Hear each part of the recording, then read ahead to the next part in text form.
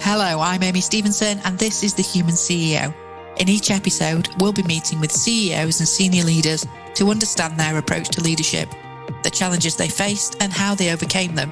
We'll also be asking what they feel it takes to be a great leader. I mean, I've gone through, all sorts of different issues in my working career. I've made people redundant more times than I care to remember. But if you deal with issues in a kind, compassionate way, that recognise success, but you challenge poor behaviour and you do it well, people will remember that. Welcome to The Human CEO. I'm your host, Amy Stevenson, and today I'm joined by Paul McPartlan. Paul's the CEO of Places Leisure, a social enterprise specialising in the development and management of leisure facilities on behalf of local authorities. Paul joined Places Leisure in August 2020 at a very challenging time for the sector. Paul led the team to deliver the highest levels of safety and quality for both customers and staff. Paul joins us today to share his insight as a leader and human CEO. Thank you for joining us today, Paul. It's great to have you with us. Thank you, Amy. It's lovely to finally speak to you. Absolutely. Same. I'm looking forward to this. So can you tell us a little bit about your organisation and what you're working towards, please? Absolutely. So Places Leisure is an organisation that sits under the umbrella for Places for People, which is a social enterprise. Majority of the work that the main group does is around housing, especially in the affordable sector. And the leisure division complements the social enterprise of really trying to ensure that we can get people as active as possible, creating healthy people and healthy places. So we're primarily contracting with local authorities to deliver their leisure services. We do have 4 standalone private gyms as well, but our main focus is in the design, build, operate and manage for local authorities for the long term. Fantastic. So you'll have been through the mill in the last 18 months or so with the pandemic. It's been an incredibly challenging time. There's no doubt about it. I mean, we're not the only industry to suffer, but I think we worked out that we were closed for about 9 months of 2020 on and off. And the stop-start, as you can imagine, is incredibly challenging. One thing I didn't think I'd ever say is we've become pretty impressively masterful at opening and closing facilities, and hope that that's a skill that we don't have to use again for some considerable time. But despite that, the positivity from both within the sector and the support that we've had from local authorities, the support that we've had from DCMS and Sport England has ensured that we've come out at the back end of it, that we've been fully operational now since April. All of the restrictions lifted on the 19th of July, and it's very positive. It's very positive out there at the moment. There's lots and lots of pent-up demand. There's lots of people that want to get back into a routine for using leisure. So as dark as it has been over the last 18 months, it's an awful lot brighter now. Good. Glad to hear it. And so beyond those challenges, as the leader of that type of organisation, that size of organisation, what kind of challenges are you up against beyond the pandemic and the pandemic? I think in any organisation of our size, and when we entered into the pandemic, we were a workforce of just over 9,000 employees, at full-time, part-time, casual. Yeah. And we're now a workforce of just north of 6,123, I think, at last count. So we've shrunk by a third, and that's clearly challenging. Some of those compulsory, some of those just natural movement. So trying to stay in touch with your workforce and communicate a positive outlook, but at the same time recognising that you probably will have to take some really tough decisions to both navigate the pandemic, but also to reflect just a change in the way that we work now and a change in the way that customers are going to use our facilities is really challenging. And finding the right methods to communicate with the team and ensuring that those messages get through in an unfiltered way and in a way in which authenticity and integrity and honesty and transparency are as clear as they can possibly be. That's really tough for us at the moment. But I think we've just got the results of a big survey that we did within the wider group, and it looks like we're doing okay on that front. But I think that's probably something as a leader that you're always very aware of. How do I ensure that I get across the right messages at the right time in the right way? Mm-hmm. Fantastic. Okay, brilliant. And so in terms of your leadership role then, how can you talk to us a little bit about your career and how that happened? Was it quite an organic process that you ended up being the chief executive, or was that always by design? Was that where you were headed from the start? I don't think it was ever where I thought I would get to at the start. I started my career unexpectedly at 18. I was planning on going to university, and I found out that my then girlfriend, my now wife of 32 years, was pregnant, and I was going to be a dad. And so I wasn't going to uni. I was going to get off my arse and get a job, as my father told me. No, I started in an unexpected way, and I was a keen sportsman at the time, so leisure seemed to be a great industry to start in. I started at the bottom, did every conceivable job you can imagine: lifeguard, swimming teacher, toilet cleaner, bouncer, all of the jobs that you do in leisure, and then worked through both public and private leisure for many years. Ended up working for Whitbread for about 6.5 years. Really, really good organisation, and an opportunity to work across a number of different brands, both in the leisure sector, but also in the hotel and restaurant sector. And then I had a chance to switch into a different sector, and I went to work in healthcare for a period of time, and that's where the majority of my career really was spent. So I loved leisure, but I felt at the time I'd probably gone as far as I wanted to go within leisure, and healthcare provided a different opportunity to bring all of the hospitality, customer service skills and quality delivery that I'd experienced in leisure into the healthcare division, which at the time was just at the front end of the choice agenda. So healthcare very much used to be do as you're told, go where you're told, and be treated as you're told. And it wasn't until the late 90s, early 2000s that the choice agenda came into play. And so I joined healthcare at an incredible opportunity, really, to bring a lot of transferable skills across from the hospitality and leisure sector. And I loved it. I loved the complexity of it, but really enjoyed making a huge difference and seeing the results of where you could really lead teams to literally save lives. So, yeah, absolutely love that. And then an opportunity came up kind of partway through the pandemic to lead this organisation as CEO. And so many people have told me during my career, even if you don't think you're ready for something, if it comes up, you should grab it with both hands. And I did. And it's been incredibly tough, but we're having a great time as well. And I'm surrounded by some incredibly talented people who have a passion for delivering the best that they can, both for their colleagues, but also for the customers in front of them. And when you work with people like that, sometimes it's more of a pleasure than a challenge. Yeah, absolutely. So it's quite an organic process then for you to become chief executive. Yeah, very much so. I mean, I think I probably earned the stripes over the years, and I think you always have that challenge of, am I ready? What does it mean? But I'd done a lot of senior operational roles. I'd had exposure to both private equity as well as charitable organisations and big PLCs as well. So I felt that I had the exposure that I needed, but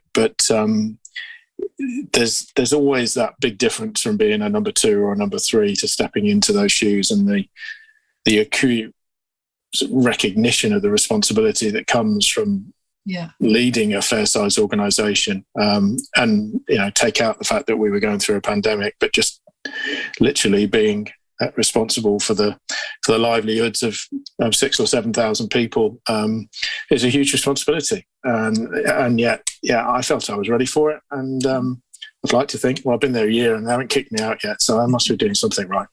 Absolutely. And are there, in your mind, key characteristics that all great leaders should have, or how would you define a good leader? I think most people take very different paths to becoming that leader, and I don't think there's one defined path that you need to take. I think some people have great operational experience, which gives them an insight into the roles that their staff are doing, and that's great, but that's not always necessary for every industry. But I think a level of authenticity and honesty and transparency, really, really key. I think people need to believe that what you're saying is true. They need to believe that you're being straight and honest with them. And that's not that you can tell them everything all of the time, but that you're not playing any kind of political game, and trying to stay connected, trying to stay very much in touch with the workforce that you're leading, I think is really key. And then equally as well, when you do step into the CEO's shoes, it's a recognition that you can't be involved in everything. You can't be the guy that fixes everything, and you can't take decisions on everything. And you've got to really pick all of the skills that you have in terms of delegation and allowing people to crack on with the job that you employ them to do. Even if sometimes you think, oh, if I'd stepped in a bit earlier, we could have fixed that, because that's not your job anymore. And your job then is to be the catalyst or the ladder for other people to come up the rungs to be the next leaders. So I think that's for me, one of the key requirements of being a leader is just that level of integrity and authenticity. If it's not there, then you can genuinely spot it a mile away, and people then won't walk over hot coals for you, or they won't go the extra mile. But if you've got that, then you can really lead a really strong workforce. Yeah, absolutely. And was there a piece of advice or an experience back in your career that sort of shaped your leadership style? Or somebody that gave you a piece of advice that helped you with your leadership style? I think most of us will remember the first person that led us. And certainly I remember my first line manager when I was 17, 18, and, in a slightly confused state about to become a dad, and at the same time thinking, I'm starting my career in the world of work. And I had a fantastic manager, a guy called Mike Birch, who was a real old school leisure manager. The badges and the tie pins, and really, I'm sure he came from a military background, but he was fantastic in just coaching and getting the best out of people around him. And the level of respect that he had because of that. He worked hard.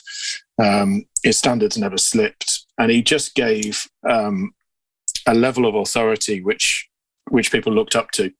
So I remember him really, really early days, and always thought, when I become a manager, I want to be as good as he was.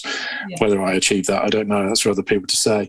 But I think genuinely, the really strong leaders that I've worked for have had an intuition and an understanding and a level of knowledge around the detail of the business that just left me in awe.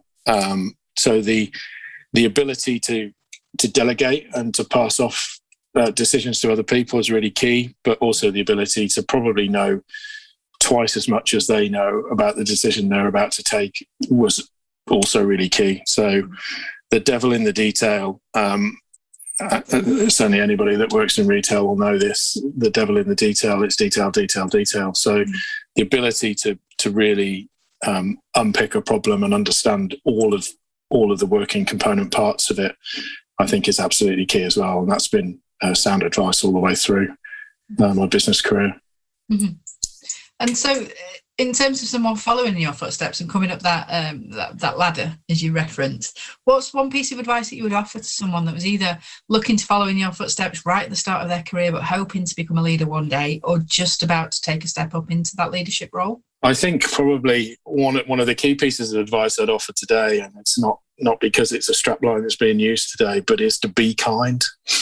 I think you can be an incredibly strong leader, but be a good human being and a kind human being at the same time.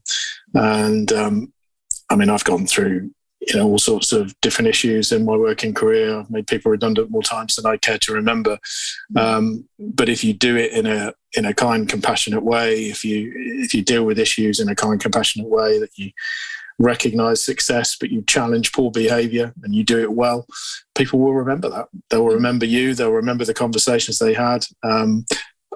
I've certainly had many people that I've moved on either through a redundancy situation or through a work capability situation that have come back years later and thanked me for the way that I've done it. And so I think that ability to lead with compassion and lead with kindness and not think that you're any better than anybody else, people will remember that. And it's, sometimes the slippery slope to get up. It's definitely a slippery slope when you're at the top and you're coming back down again. And I think really important that people remember that you managed and led them with compassion and kindness rather than in any kind of old school way of doing it differently. Yeah, I think that speaks to the authenticity piece that you spoke about earlier. Because if people know where you're coming from and you have that transparency and that authenticity, then people can, see that you're doing it for the right reasons or it's for the best needs of the business. And so I think that the be kind mantra is absolutely, now more so than ever, coming out off the back of the pandemic. Yeah, and I think a level of consistency. Some of the best leaders I've worked for, you knew how they worked and how they ticked, and you never.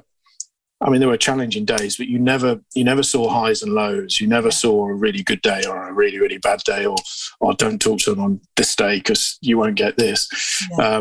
Nothing worse than that sort of slightly unpredictable behaviour from a leader. I think people want consistency. Yeah, they want transparency, authenticity, kindness, compassion, but they want consistency. They want to know that that's not just a facade for when we're doing okay. They want to know that when everybody's got their backs against the wall, that same level of consistency is still apparent. I think that's really key as well. And sometimes that's really difficult to come home, kick the wall, and you can't kick the cat. I haven't got a cat, but I wouldn't kick a cat. But you've got to find ways of managing your outlet of challenge, but making sure that your team see a level of consistency which allows them then to flourish.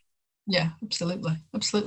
And is there a leader, past or present, that you most admire? And if so, who and why? There's a guy called James Timpson, who is the chief exec of Timpson's, and that's been a family-owned firm now for many, many years, probably 100 years or so. And he writes regularly, actually, in the Sunday Times. He writes a really good article. But I've read a couple of the books that he's written, and also just listen intently to him on social media.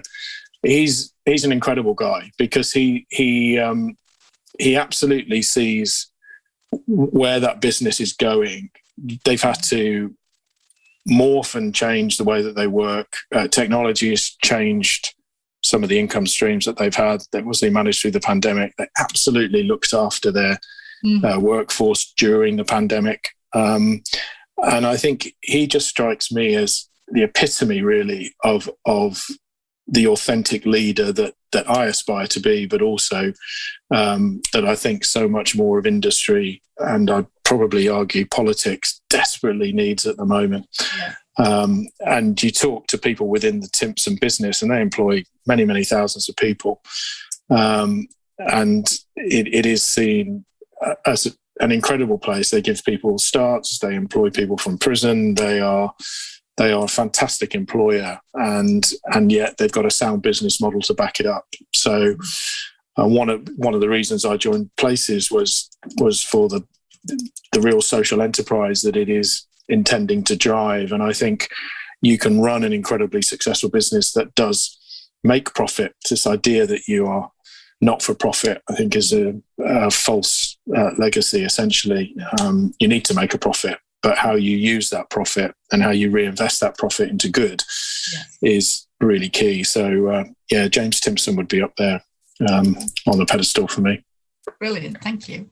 And so what's next for Places over the next 6 to 12 months? So certainly the next 6 months is still really stabilising the business. We went through some really tough times last year. There were some points in early early 21 where there were question marks over whether we would continue to be a valid business. So we've got to rebalance the books. We've got to get ourselves back on an even keel to get through the rest of this particular calendar year, but also to get to the end of March, which is our financial year, at least in a break-even state, if not with a very, very small surplus, which then I think gives us a great opportunity for growth. We've got to show the rest of the group that we can stand on our own 2 feet. They've been a huge support for us over the last year, but we can't be a burden on the delivery of the overall return targets that the group are making. But I think we want to see long-term relationships with our local authority partners.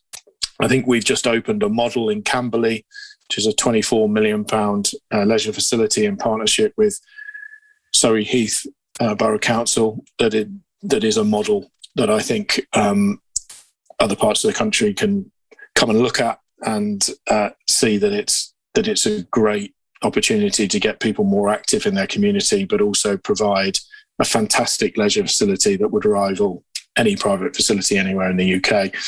So we want to build more of those. We want to design, build, operate more of those. But we also want to look at how we can enter more of the healthcare space. And certainly one of the reasons I came across from a healthcare background is to recognise that if we can get involved in a bit more of that pathway, so not just about keeping people active, but prevention, we're absolutely prepared to contract on an outcome-based model.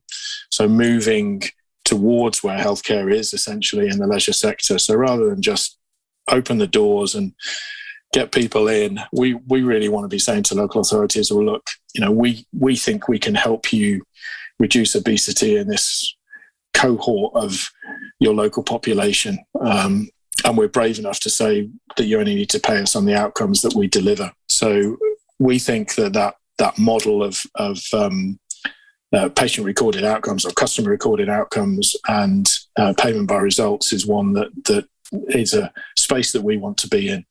But I think first and foremost, the next 6 to 12 months are about stabilising the business, retaining as many of the existing contracts as we currently have, really being quite picky about any new ones that we go and bid for, and then looking at more, not necessarily bricks and mortar, but looking at how we can expand our footprint into the wellness and healthcare space using these existing facilities that we've got. Fantastic. Brilliant. Well, I look forward to keeping up with that. But if there is anything, if people want to get in touch and understand where your premises are, is there a website that people can, obviously they can Google you, but is it as simple as just logging onto a website and seeing where their nearest site is? Yeah, I mean, the Places Leisure website is easy to navigate around. It shows all of the contracts that we run, the locations of the facilities that we have. And then Places for People Group has got a wider website, which tells a bit more about what the group does. And I think people are quite surprised just what the wider group is involved in. They have an assisted living division as well as building student accommodation and retirement homes. So there's lots going on with the wider group, and we're really keen to ensure that we support their growth by delivering the social investment and the social return on value that we can from the leisure estate. So and each of our individual sites has their own Facebook page and Instagram page. So we're embracing the new world of social media as best we can. Brilliant. Thank you for that, Paul. I've really enjoyed speaking with you and learning a bit more about your journey. So thank you for making the time. It was a pleasure. Thank you very much, Amy.